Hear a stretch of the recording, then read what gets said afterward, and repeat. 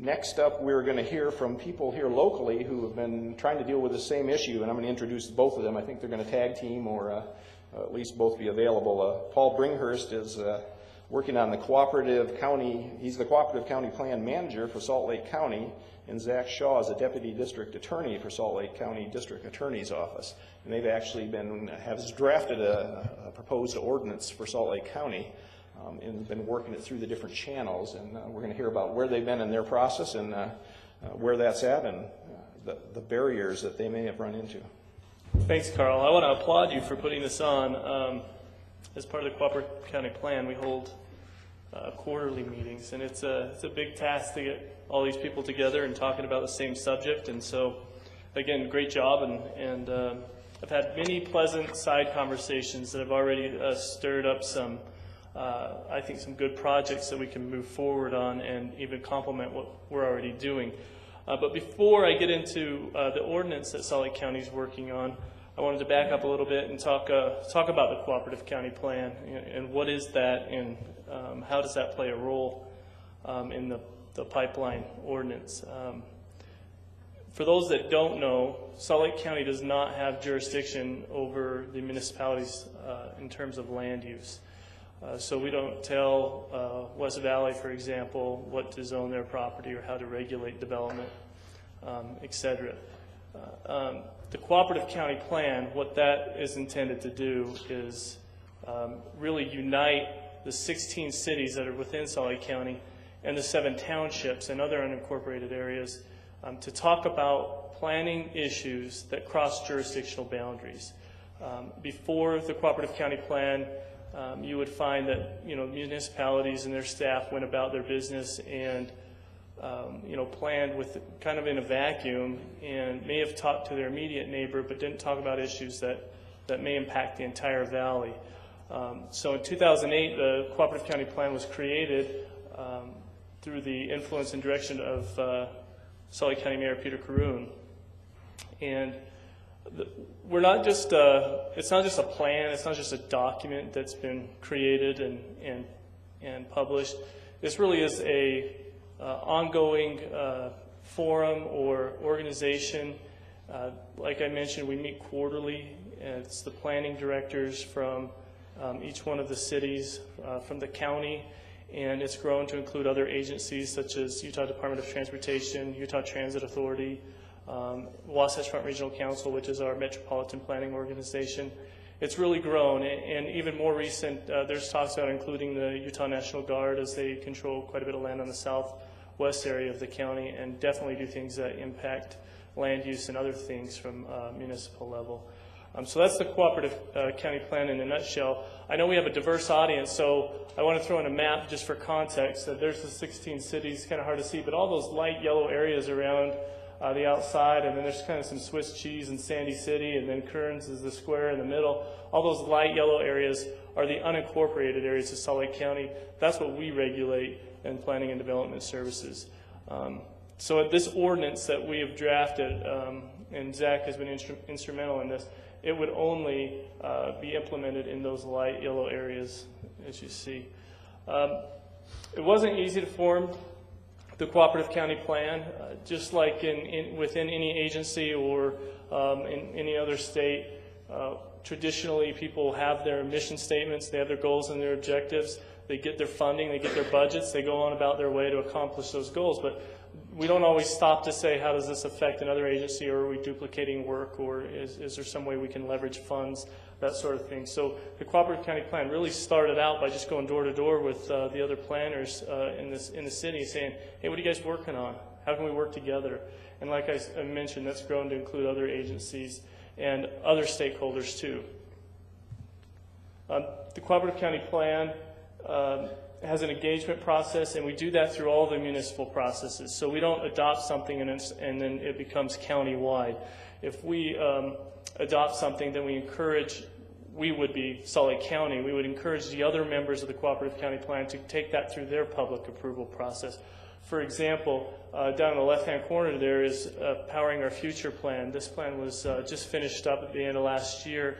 This is Rocky Mountain Power's future plan for the next 20 years. They have transmission lines, they have power stations, substations. These things are crucial infrastructure, and by putting this plan and getting the cities involved, we can now look ahead in the next 20 years and plan around those transmission lines. And when we get development applications in, then we can react accordingly. And so that was a success through the Cooperative County Plan. And I can tell you that Harriman City has adopted that power plan, and I think there's 2 others, and it's on Salt Lake County Council's agenda to adopt later this month. And so again, we encourage each one of the cities to adopt that through their public process. We also have best practices. I apologize, some of the images are a little blurry, but down in the right-hand corner is just a cover of a document that we have. Like I said, the topics range in the Cooperative County Plan, and the best practices takes those. When we address one of those countywide issues, then we have taken the time and resources to create documents that live on. One of those being economic development best practice, for example. That's something that affects us all in Salt Lake County, where commercial activity occurs and how we treat that between municipalities. That's a best practice in there. So we've kicked around the idea of it maybe incorporating the PIPA recommendations as Julie presented and adding that into the best practices. And then what Salt Lake County has done, like we have 7 townships, and each one of those has their own general plan or comprehensive plan, and they've adopted the same best practice as a chapter. And that's why you see Chapter 2 there. It's Chapter 2 of each one of those general plans. So if the PIPA report was part of the best practice, it would be in each comprehensive plan there. So the Cooperative County Plan is a huge effort, and I know we've seen all kinds of images over from yesterday and today about the Red Butte incident. But it was really a wake-up call for us as planners. When this incident happened, of course, it was on the wake of the BP spill, and it was a very sensitive topic. And what it did for us is really elevate pipeline issues and transmission lines in general from utilities and say, what are we doing to plan around these? And so the bottom picture on the right, it's got a couple key people in there, Mayor Peter Caroon and Mayor Becker. They've been advocates to see what can we do as a municipality to prevent these things from happening in the future. And when we took that to the Cooperative County Plan, we got some feedback from some of the other planners. I mean, some of the initial reactions were, well, the feds regulate that. Why would we step on their toes? They've got that under control. But as we talk more, there are some things that we can do on a municipal level. And I want to thank Cliff from the Utah Pipeline Association, and I know Teresa Gray wasn't able to make it here today, but she was instrumental too. In November of 2010, Teresa actually came to the Cooperative County Plan and presented before all the planners the facts surrounding the Red Butte oil spill. Because all of what we had seen, just like the rest of you, maybe what was in the media, and sometimes all those facts don't come out until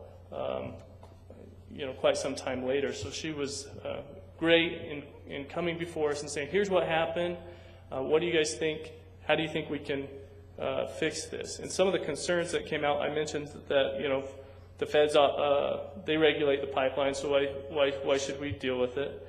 And then, it was pointed out, and this is a pretty valid concern. We don't know where all the pipelines are. Public Works in Salt Lake County, they knew where some of them were, and Salt Lake City had quite a bit of information. But we didn't have a comprehensive map that showed where all these transmission pipelines were, so that rose some concern.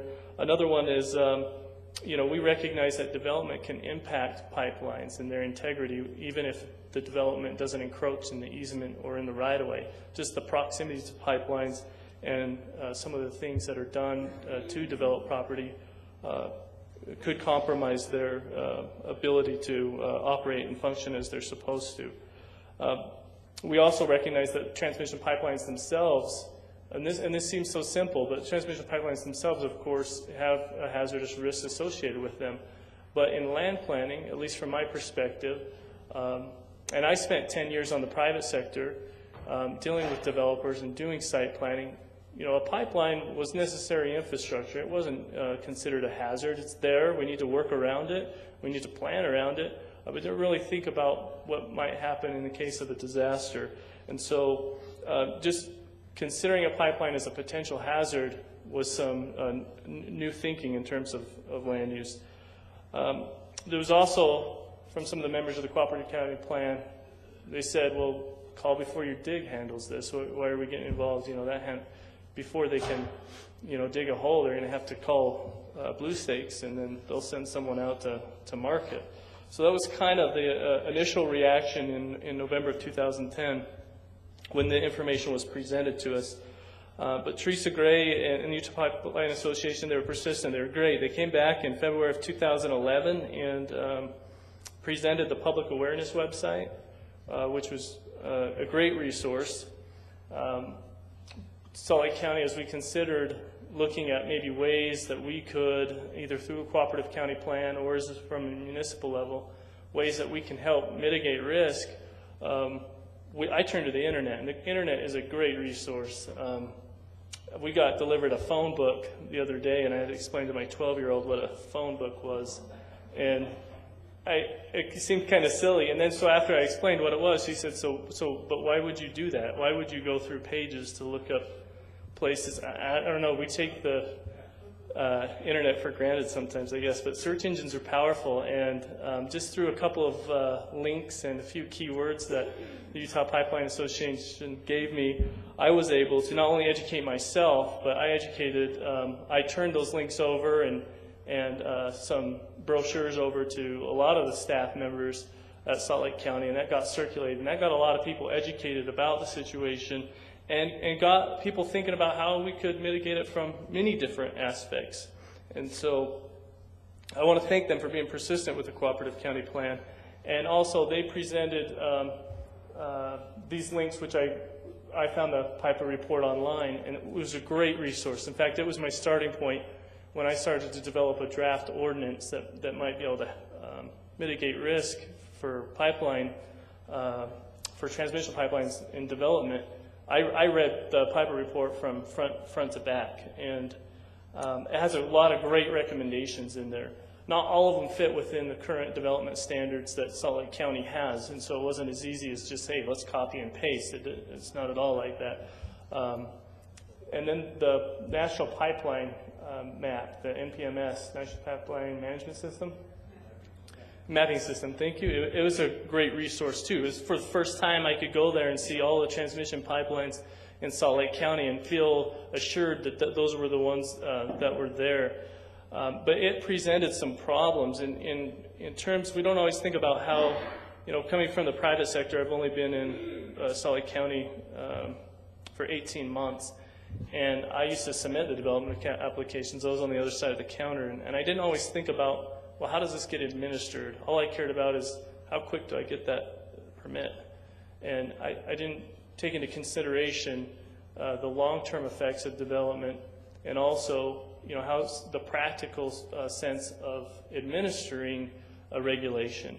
For example, the NPMS map viewer is great. It shows the pipelines, but it doesn't show it in any of the context of all the other planning regulations that we have. It doesn't show it in relation to parcel lines, so you can't zoom in and really tell how close that pipeline is to your property.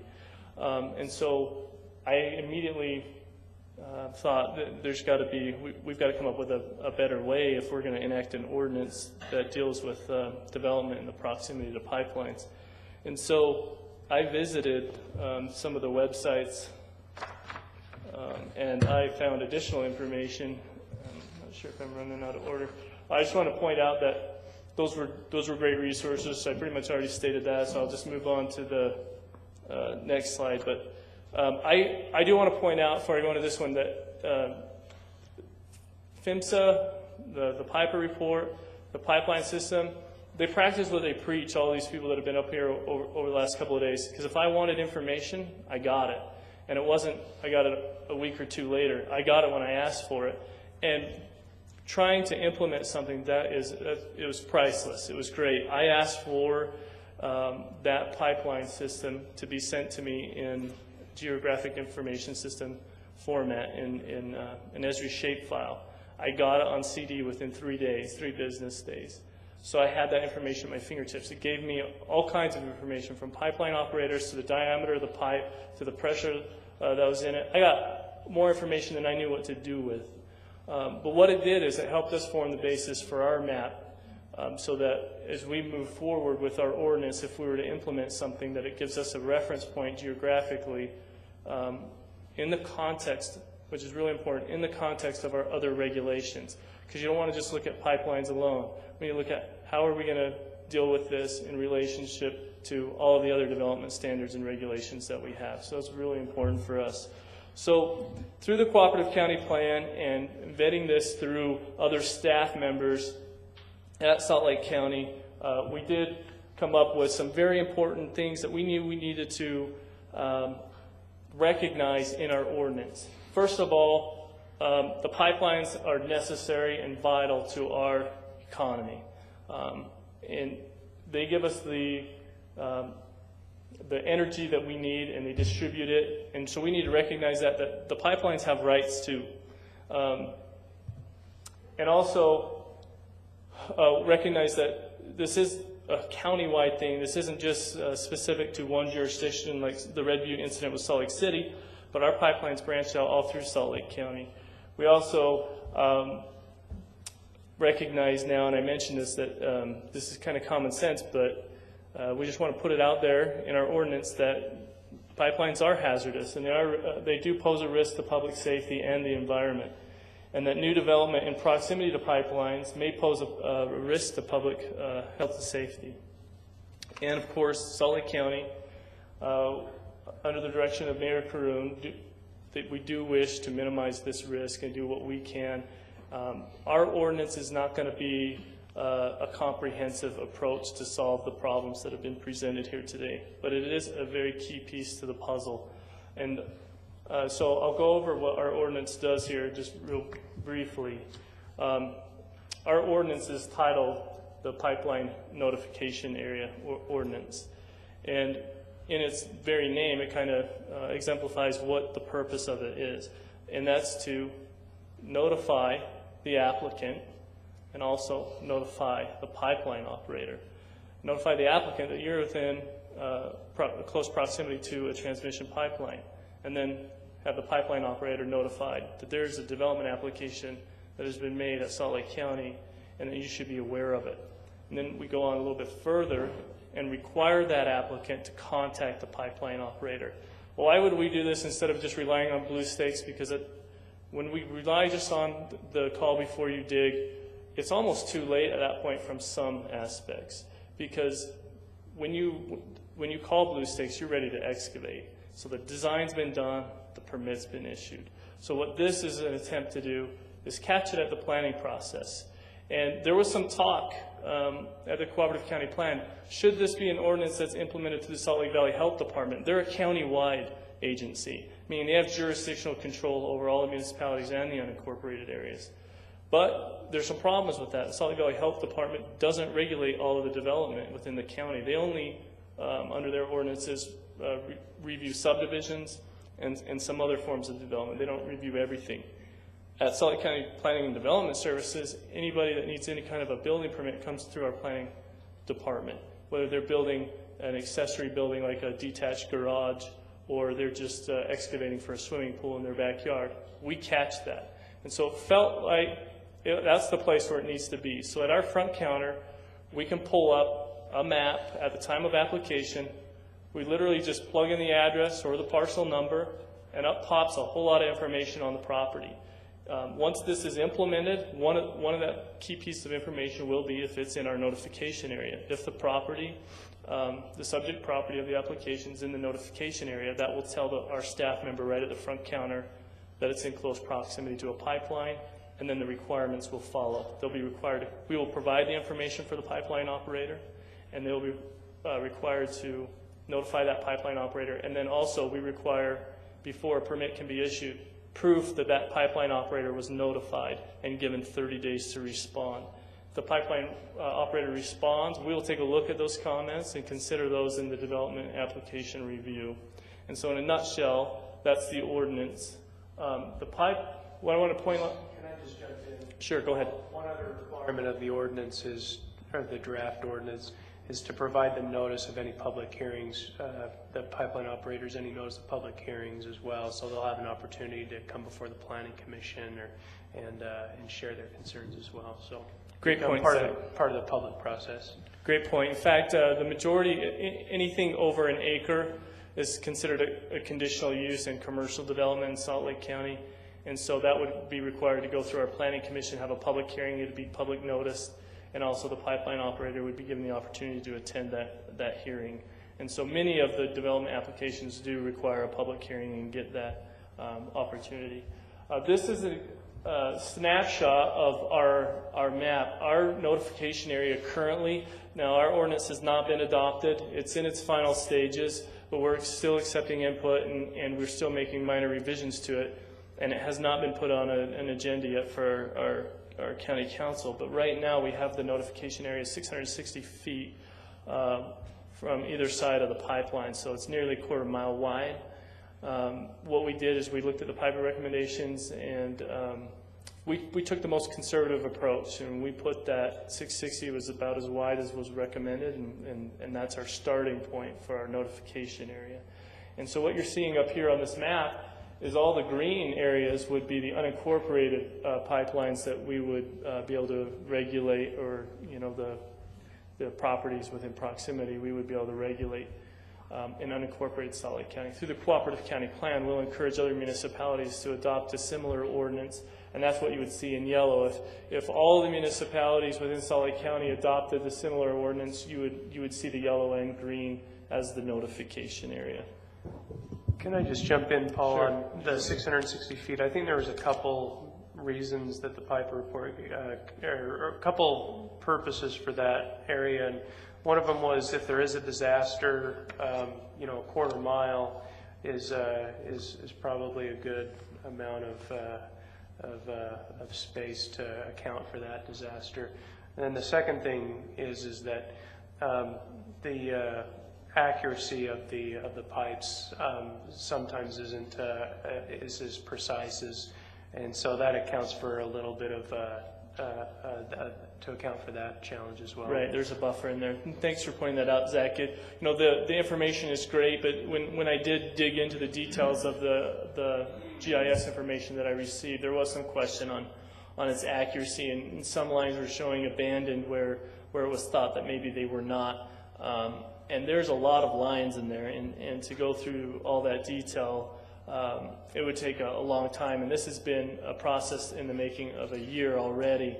And so we've just taken a conservative approach. Whether it's been listed as an active line or an abandoned line, it's been, a notification area has been placed over it regardless.